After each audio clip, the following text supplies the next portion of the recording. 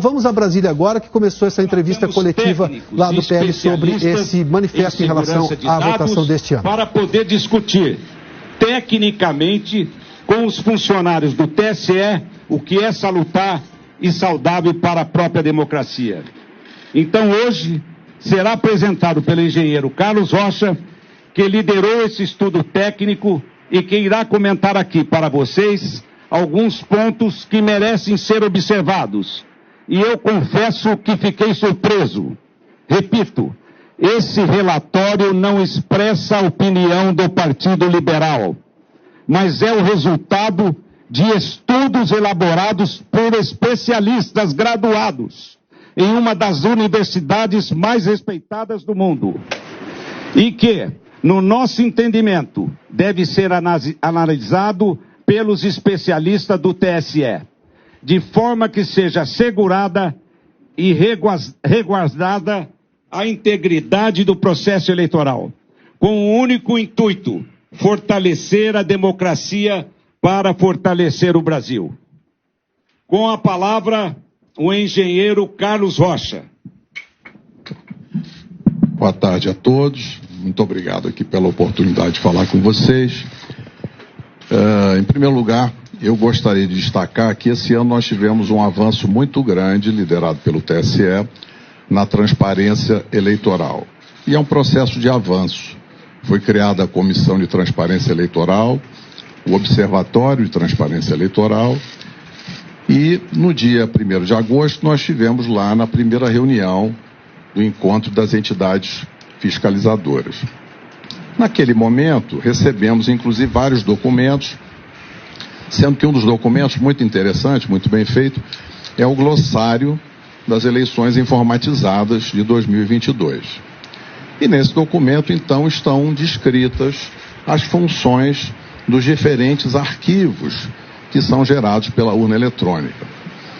E agora, logo após o final do segundo turno, no dia seguinte, o TSE, numa ação de transparência extremamente positiva e de uma maneira pioneira, publicou os 3 arquivos no portal de resultados do TSE. E nesse portal, então, para cada sessão eleitoral aparecem 3 arquivos. O boletim de urna, cuja função é permitir às pessoas conhecerem os resultados de cada sessão e, eventualmente, fazerem testes na totalização. O segundo arquivo, que é o RDV, é o Registro Digital do Voto, que tem como fim, segundo o TSE, permitir uma eventual recontagem, um arquivo que registra todos os votos. E o terceiro arquivo que o TSE nos liberou foi o log da urna, que, segundo a orientação do TSE, é um elemento importante de auditoria para os partidos políticos e para as entidades fiscalizadoras. E o que aparece nesse log de urna? É como se fosse um diário, né, de todas as atividades que cada urna eletrônica realiza, desde a sua preparação no TRE até o final do segundo turno. Imaginem vocês um diário em que cada linha registra uma atividade. Então, para o registro de cada atividade no log de urna de cada equipamento, o programa que constrói esse log, ele lê 2 dados, 2 informações diretamente do hardware da urna. Ele lê digamos assim, a estampa de tempo, que é data, hora, minuto, segundo, e também lê o número de série da urna, que é chamado no TSE de código de identificação da urna. E é muito importante que essas informações estejam todas corretas, porque são essas informações que garantem a associação daquela atividade, daquele registro de atividade com o hardware, com aquele equipamento físico que realizou aquela atividade. E é importante destacar o seguinte: o nosso trabalho técnico de engenheiros, a gente faz isso para outras organizações do setor privado, e quem audita constrói, quem audita procura sempre colaborar com a organização auditada, e no caso aqui, é nosso propósito contribuir com o aperfeiçoamento do sistema e ampliar a confiança, seja dos eleitores, seja dos candidatos, em todo o processo eleitoral. Então, esse é o nosso objetivo. E nessa linha, então, seguindo a orientação do TSE, fomos analisar os arquivos log de urna, que é esse elemento de auditoria que pela primeira vez foi divulgado junto com os boletins de urna. E como é que a gente fez isso? A gente foi buscar uma plataforma inteligente de dados, usamos também planilhas Excel, mas como as tabelas são muito grandes, foram construídas duas grandes bases de dados, uma com todas as linhas de todos os boletins de urna, para fazer análise de registro de votos, e a outra tabela, uma grande tabela, com todas as linhas de todos os arquivos log de urna, de todas as urnas. São mais de 472 mil urnas. Ao montar essa tabela, aí surgiu uma ocorrência, que foi que nos chamou a atenção. Em alguns milhões, na realidade, em alguns bilhões de linhas,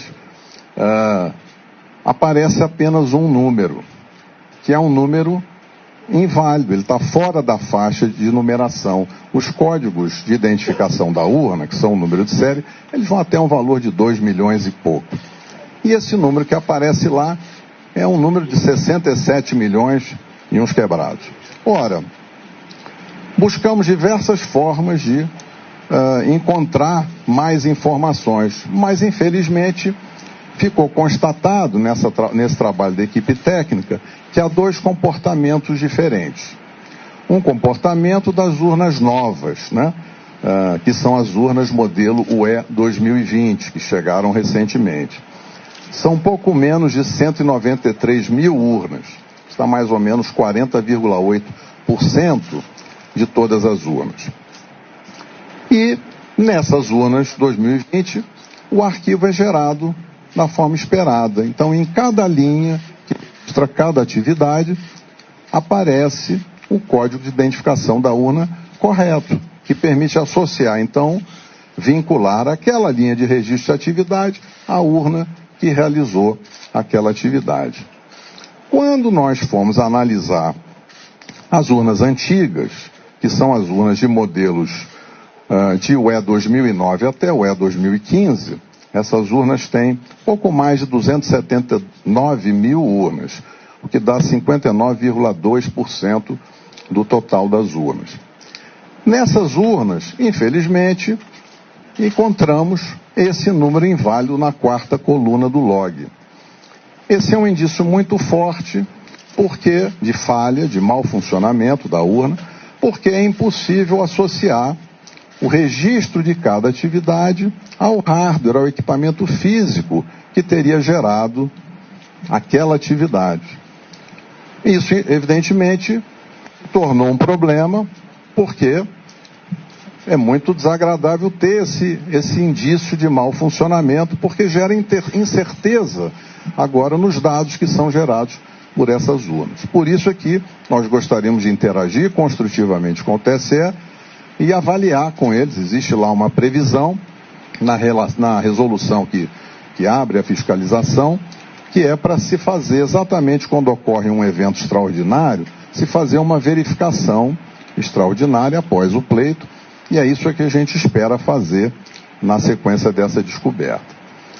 Um outro tema para finalizar é que surgiu uma outra ocorrência, que também é uma ocorrência importante, porque descobriu-se que existem urnas que travaram, assim como o nosso celular trava, assim como o computador trava, e quando acontece isso, a gente precisa muitas vezes desligar e ligar de novo. Isso aconteceu com urnas eletrônicas. Então, urnas travaram e foram desligadas no meio do período da votação, na chave, possivelmente o mesário fez esse desligamento, e foram religadas para que a urna voltasse a funcionar.